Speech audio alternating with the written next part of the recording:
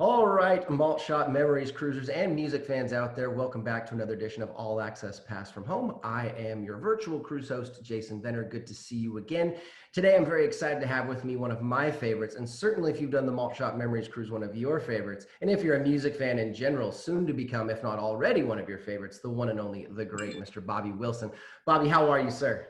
I'm good. How are you, Jason?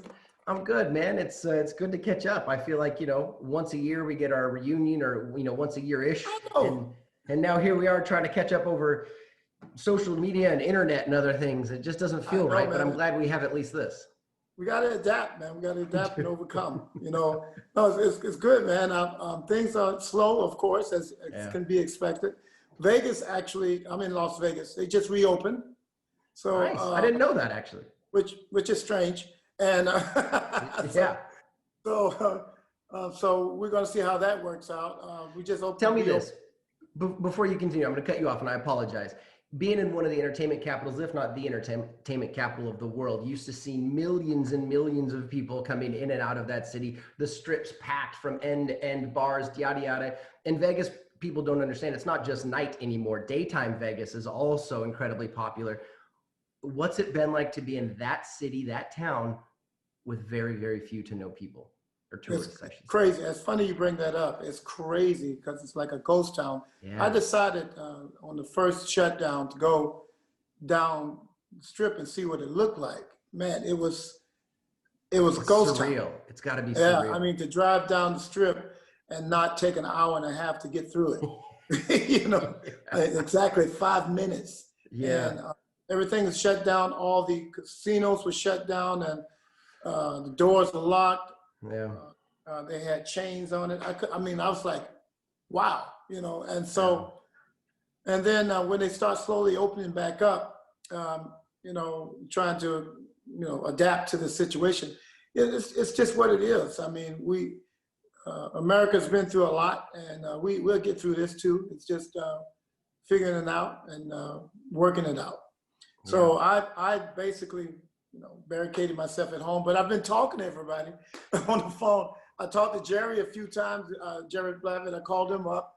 Jerry, what are you doing? That's a good hour-long conversation. Yeah. And Gary U.S. Bonds, and I talked to him and his wife. And, Sonny Turner, Lamont McRemore, Mel Carter. I mean, I've been on the phone. Charlie, I talked to Charlie Thomas. Just checking up on them. My thing is, let me just check up on them, see how they're doing, how they're handling it. For them, everybody's, wondering, And then I have a few friends on the Temptations, and Four Tops are my cousins. So talking to them and seeing how it's going. Everybody's in the studio. Everybody's working on new music. I was going to say, as much as this has been a tremendous desert entertainment wise, as much as this is, there's been no live performances, people, the movie theaters are going under left, right, and center, and yada yada, movies can't even be produced and created, TV shows, live music, this is really destroyed in a lot of ways. Obviously, live entertainment, I think there's going to be, and in talking to folks like you and so many wonderful artists, a lot of people have gotten very creative during this time, and a lot of people have refocused. Folks that haven't written and produced or recorded in years and years, and some people decades, have gone back into the studio, have sat back down with the pen and the pad, have sat back down with new artists, and have started creating music again. We have some potential to see a lot of new music come out of this. I'm sure there's going to be an overload of new music because, this time, we all had a chance to slow down. We all had a chance to stay home and enjoy our families. Some of us, and get some close not so much.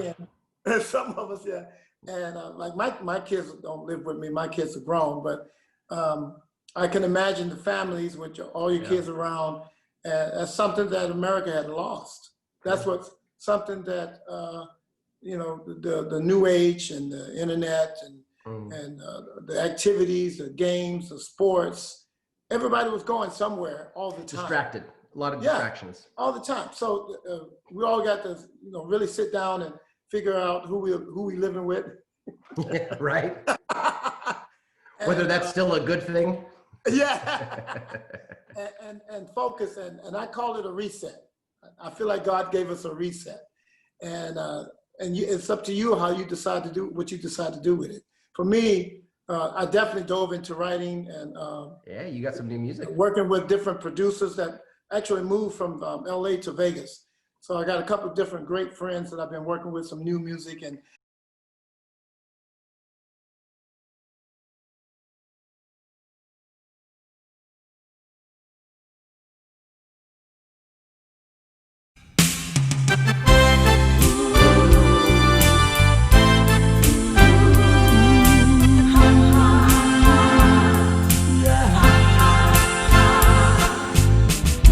girl, I didn't mean to make you cry when you asked if I would ever say goodbye. Last thing I wanted was to hurt you bad. Please don't be sad after all we had. I try to tell you every time we touched, it's time you knew the truth about us.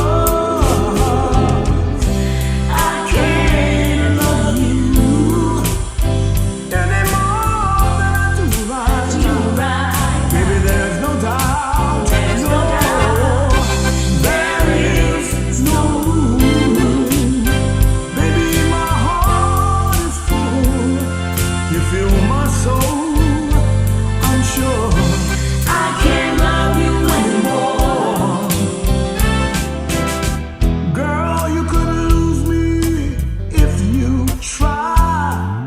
I'll spend my life right by your side. So dry those teardrops running down your face. This is your place, and that'll never change. If you got questions on your mind, listen up, girl, don't waste your time. I can't love you anymore than I do right. Baby, there's no doubt. There is no room. Baby, my heart is full. You fill my soul, I'm sure. I can't love you anymore. See, action speaks 1,000 words. Let me hold you if you haven't heard. I can't love you anymore than I do right now. Baby, there's no doubt. There is no room. Baby, my heart is full. You fill my soul. Yeah. I can't love you anymore than I do right now. Baby, there's no doubt. There is no room. Baby, my heart is full.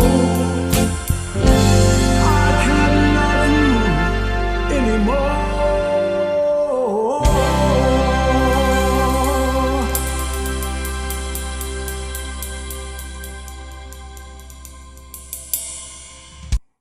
And I'm also doing some writing myself. I wanted to finish my book while I was going through this Yeah. pandemic. I started it years ago. I was going to but say, never got we it talked done. about it on stage on the last Yeah. workshop. Yeah. So we're trying to get it done now. So get it finished. Nice.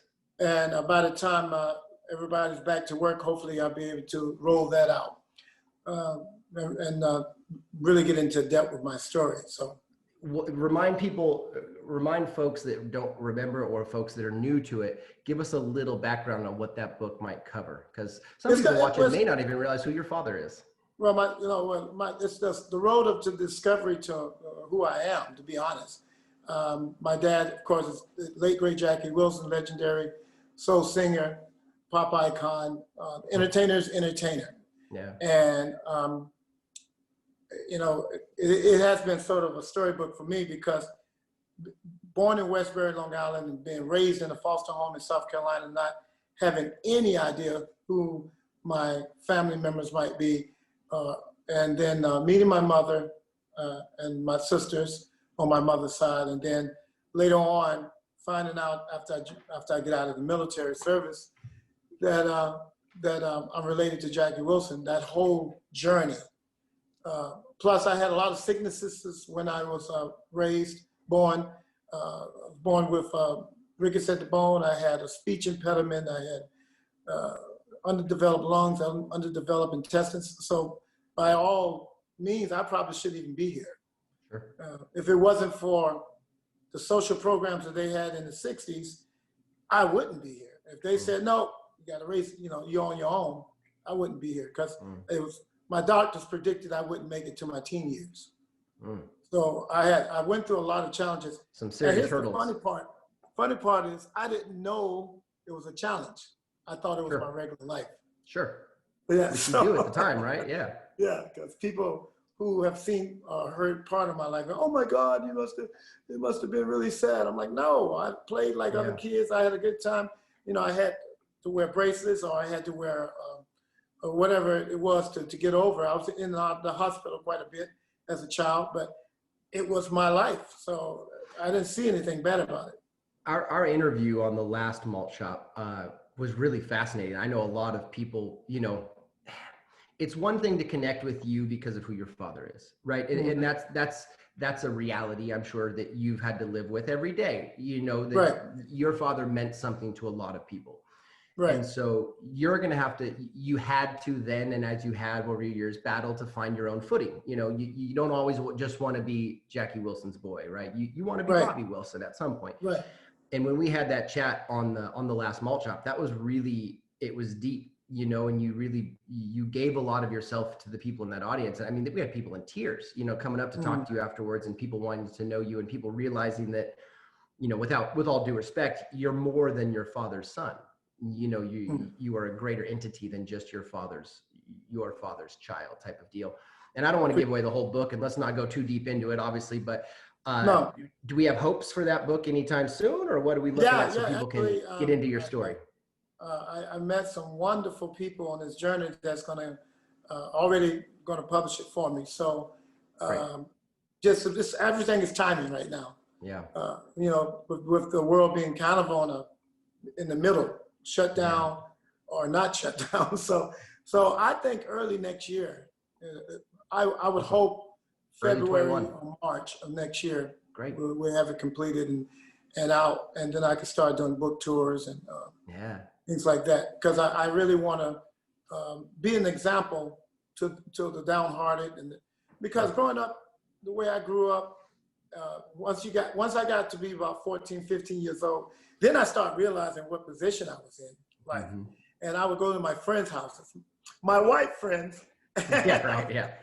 And I was like, whoa, they live like this.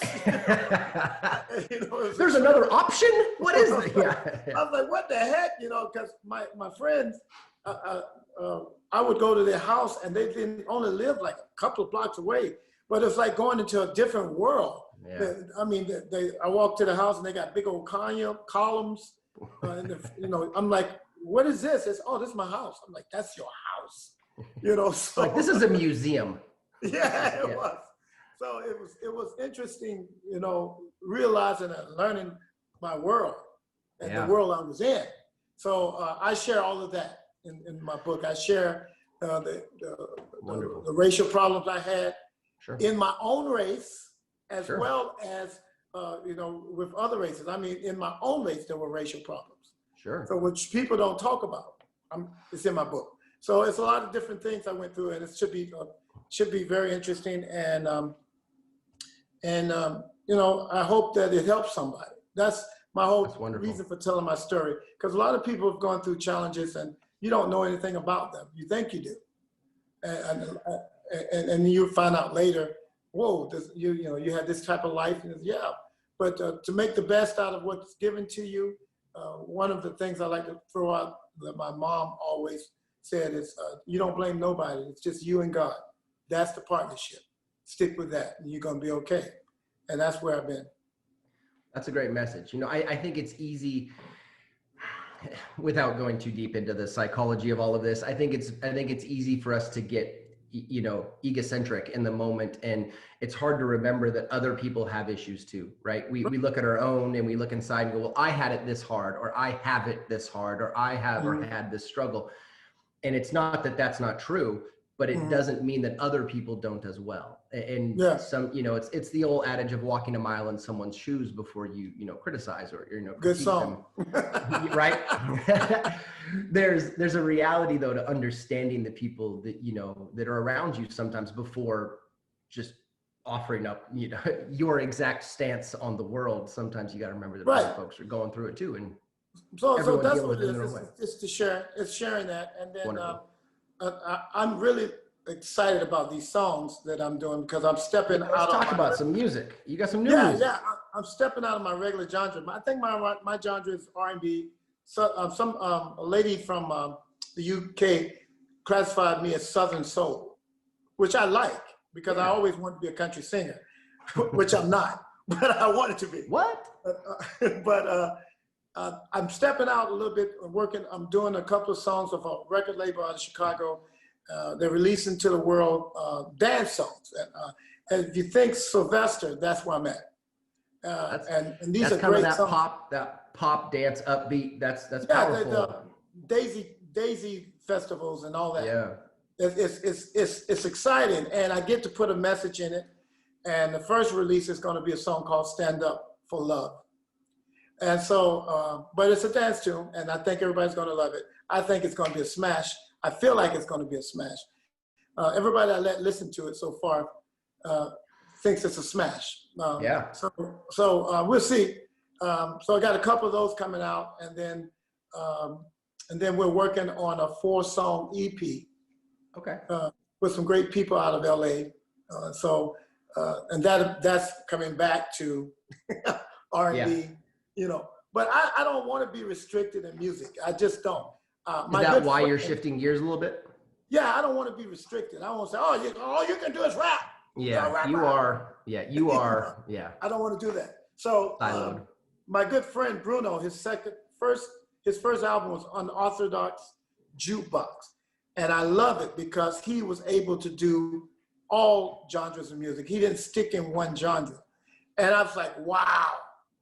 What a great move. Because in record labels want to put you in one, you're a pop artist, or you're a rap artist, you're a country artist.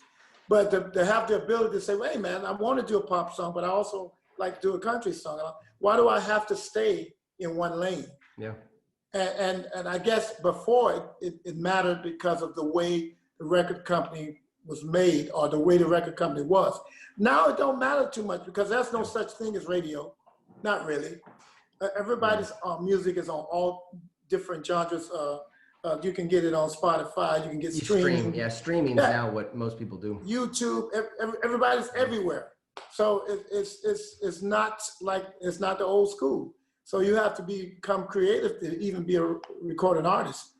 I mean, I really wish it was like the old days where the agent went out and looked for an artist, say, hey, I'm signing you to the label. Yay! I didn't have to do no work. I just signed the song, sing the dang on song, and go where they tell me to go. That's not the way it is now. For all you new young artists coming up, that's not the way it is. You got to do everything yourself. You got to learn the business. You also have to learn the artistry of being an artist. Yeah. Stop whining, do the work. That's how you're going to get there. Good message, sir. Good message. So obviously this year, shifting gears a little bit, obviously this year we don't have, this year being 2020, we don't have the Malt Shop Memories Cruise. Unfortunately, it was postponed a year due to, for obvious reasons, what everyone's going through. I mean, the cruise lines aren't even cruising, Nope. Tell me, as a young artist and as an artist whose father meant so much to that age group and that genre specifically, not that he didn't mean a lot to a lot of people, but very specifically that 50s, 60s musical fan, what's the reception been like on Malt Shop for you? How have you found the Malt Shop cruise, and what's it been like? Surprising. I've been performing 20 years plus, and I've been on cruise ships. I headline cruise ships all the time. Mm-hmm. So cruise ship audience is a certain kind of audience. Yeah. And I've became accustomed to that. I got on the Malt Shop and it just blew my mind, man. You know, I was like, did we go back to the 60s and everybody's on right? LSD? It blew my mind, the enthusiasm, the joy of the music from the audience is nothing like it. I look forward to going back to the Malt Shop. And when they say, oh, you can't come back this year, I go, why? So I love the Malt Shop cruise. I love the people and the music, and it's so refreshing. It's like, it gives me a boost. That's cool. Yeah, it gives me a boost because, you know, the people appreciate it. Mm-hmm. I don't know, Jason, you ever perform in front of an audience and you think they hate you? Oh, yeah. Oh, yeah. And you're going, I can't wait to get off the stage. Sometimes it's a job, right? Sometimes it's a job. You do, as you will know this statement intimately, and people that aren't in the industry might not, but sometimes we all just call it do show, take check. Do show, take check. That's just what it is. Do show, take check. And sometimes it's not, but sometimes it is. Yeah, and so to have an audience that's so openly welcoming as the Malt Shop Cruise, and the people there, and the fans remember you. They know you by oh yeah. Course. And I know a lot of my fans by name. A lot of them I don't, but there's a lot of I know their faces. So they go, you don't remember me? I say, yes, I do. You did da da da da da da. Oh my God, he remembers. Like, I might not remember your name, but I remember you know something. So it's refreshing. It's great, and I don't ever want it to end. I don't. Malt Shop Cruise is a week-long cruise, but it seems like it goes really fast. It's unique. Between doing the shows and meet and greets and interviews. So I'm looking forward to next year. I know, like, again, you know, we can't help it. We have to adapt to the changes. Sure. But hopefully we get ahead of this thing and we can go back to entertaining and being on stage and sitting together, hugging, amen, and kissing and loving on one another. Hopefully we can get back to that. You know, it's been pretty fascinating for us to watch you specifically. You know, when we do cruises, and Star Vista Live does multiple different genres. You know, I think there's 7 or 8 different genres depending on the year and kind of, you know, the climate, what we're running. But each one is unique. Some are about the music, some are more about the artists, some are more about the era. Like each cruise kind of has its own feel to it.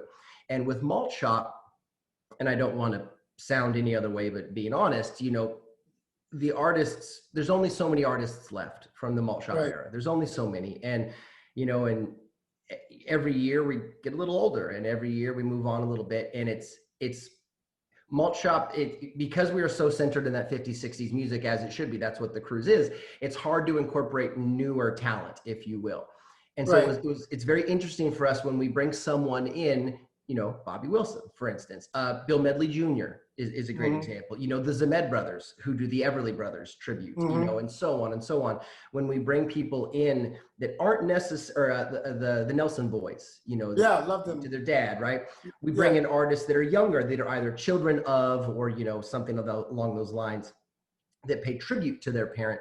It's always very interesting to watch the reception. And I've got to say, man, you know, when we first had you out, audiences dug you, absolutely.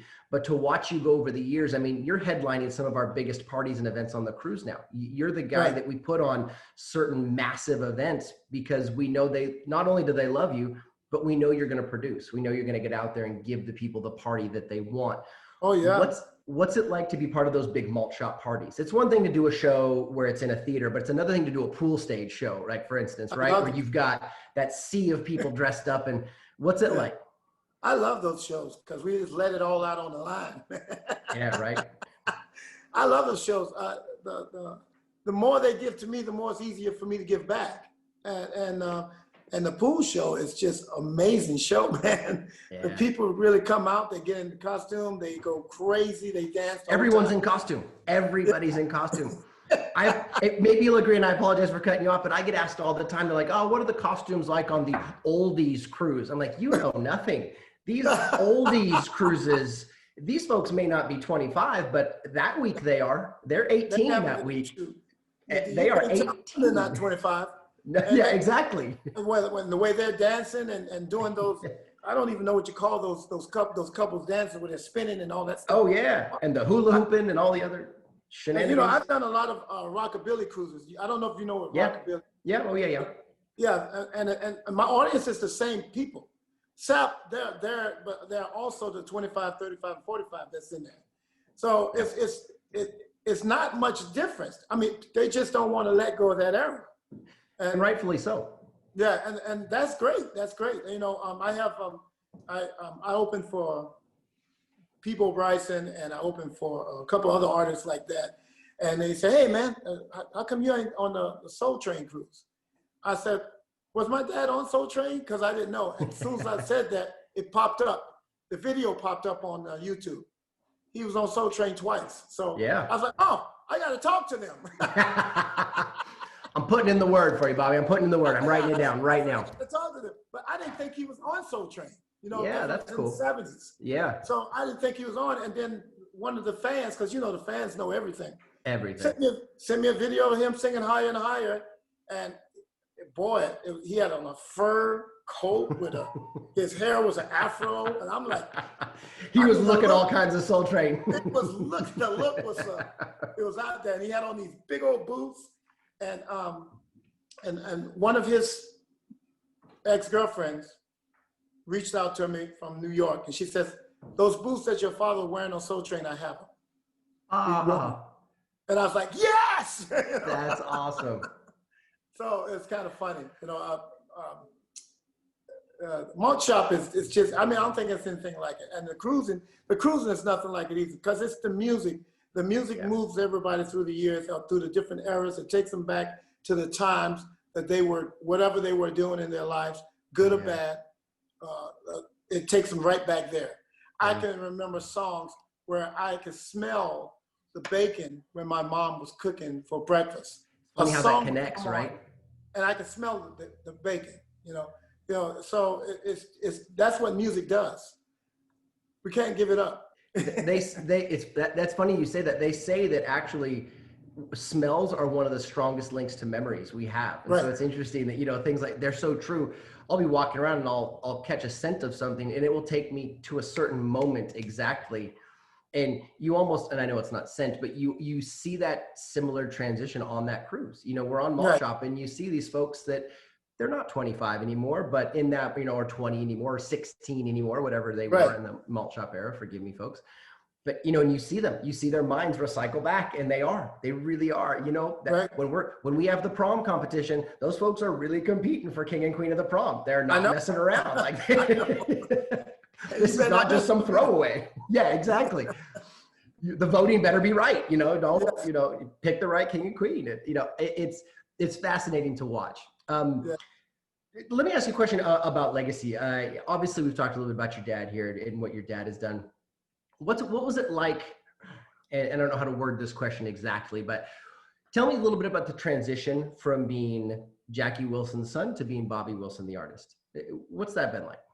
Well, the transition from being just Bobby Brooks to Jackie Wilson's son was intense for me, because I was working for Legends in Concert as an impersonator, and I got all my impersonation associates were there, and everybody's watching me go through this transition. And of course, I was kind of rough because, I got half the people looking at me cockeyed, and then the other half, the family receiving me in their own way. So that was that way. And it was like, and I kind of felt like they were looking at me like, well, what do you want? I didn't want anything. I found out who my dad was. I'm happy. Then that's that transition. Then I become the flag bearer, and I carry my dad's flag. I loved it. I love singing his music. I love the joy that the people would have because they remember him. Even though I don't sound exactly like my dad, they see things about him. One thing that the Four Tops told me, Levi and Lawrence Payton told me about me, they said what it is about you is when we watch your show, we saw Jackie. We didn't see you. And he says, and now that you're standing in front of us just talking, all we see is Jackie. It says, you're so much like him. It made us ask, who are you? And that's how the Four Tops are the ones that pretty much handed me over to the family. But but that whole transition wasn't an easy transition for me. I had to accept it. And at first I didn't Sure. myself. Once I did accept it, then the joy came. And once the joy came, back up just a second, Paul Revere, who first ushered me to do Jackie Wilson, I told him I want to be an artist. I don't want to be an impersonator, before I knew who Jackie Wilson was. And Paul would laugh at me. He goes, I didn't tell you what's going to pay you yet. And I was like, that's right. And so I became Jackie Wilson for Paul Revere. And then, and I thank Paul Revere. He's like a father to me. God bless him in heaven. And then I thank him for everything he done as getting me to become that tribute artist. And then once I realized who I was, I still wanted to be Bobby Brooks Wilson, the artist. So I had to really push that aside. And I thank Tony Manter from Plateau Music for that, because he helped me to push the impersonation aside, which was hard because I was doing Little Richard, Stevie Wonder, Marvin Gaye. I was doing a whole bunch of people. And he says, are you going to be an artist or are you going to be an impersonator?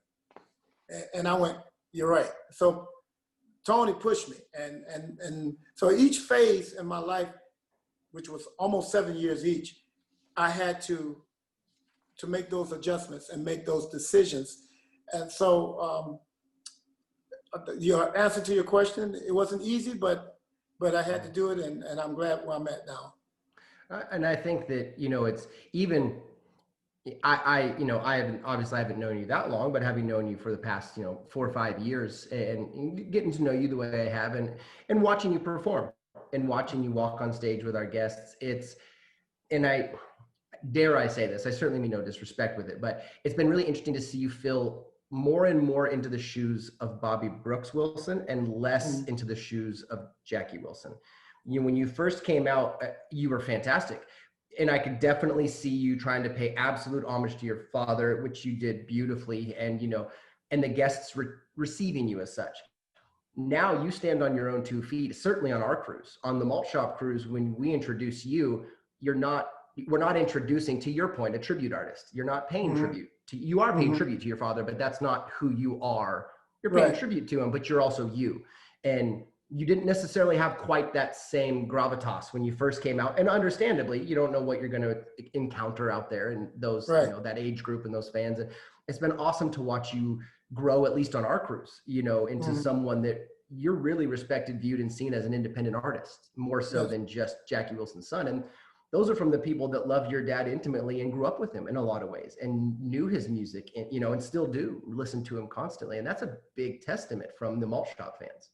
Yeah, and I'm very thankful that I had the opportunity with you and everyone there to perform in that venue, and it really did allow me to push forward into my artistry, because that's at the first time that you guys took me on, that was really kind of the first year that we released my first CD, and I was really going through my transformation of artist, tribute artist to artist. So I never want to, of course, disregard my dad's music, because I can't. And nor should you. And the lady said to me, she says, you couldn't deny Jackie Wilson if you wanted to.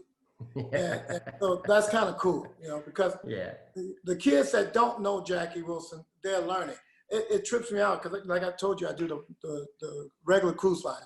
Yep. And I'm walking through, first or second day of the cruise, and a kid will see me go, oh, look, it's Elvis. No, not quite. I said, check out Jackie Wilson, Google it. Now they got their phones in their hand. Yeah, they whip it right out. They go right up and they go, oh my God, is that you? I said, no, that's my dad. Keep reading. And by the time the cruise is over, I got new fans. Sure. That's 15, 16 years old. It was really cool. So having this legacy is not a bad thing. No. Not at all. When you look back on all your dad's huge songs and great moments in life, is there a favorite song for you, either to perform or just personally? I don't perform it. I was going to ask that. Yeah. Would you be willing to share that with the Malt Shop folks? The song is called "Nobody But You." A lot of you probably don't know it. It was on his last album that was released after he got sick. right before the Because of You album. Nobody But You would have been the next hit album for me. And that song would have been a monster hit for him. It's a mix between gospel and soul. And he sings about nobody cared for me but you. And it can easily fall into the gospel genre. Sure.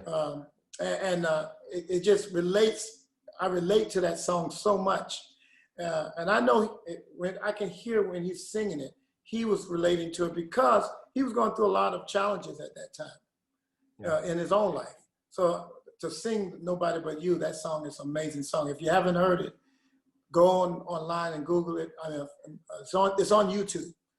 You can tell the adults just like you tell Google it, go find it, friends. Yeah, it's on YouTube. Jackie Wilson, Nobody But You. It's a great song. Wonderful. All right, cool. I know everyone's scrambling right now to go check that out.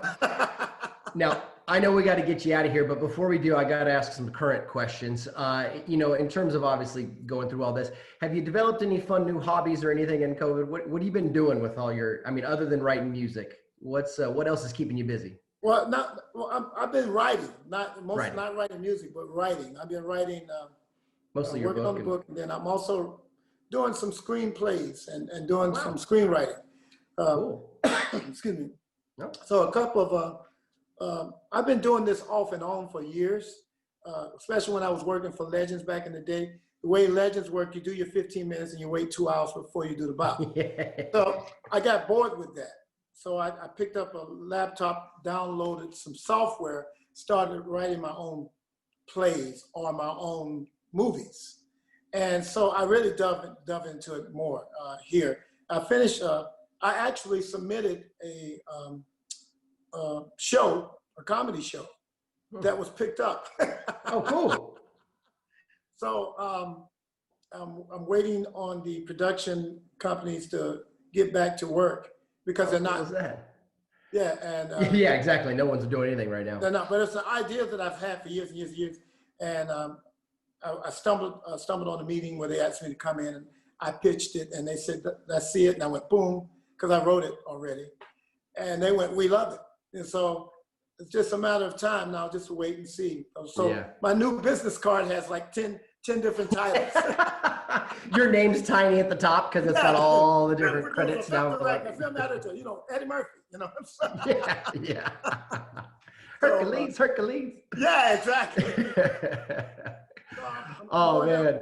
Where that road leads. Well, that's wonderful. That's wonderful. And again, before we let you go, I got to ask, do you have any messages out there for your fans or the Malt Shop Memory fans before we let you go?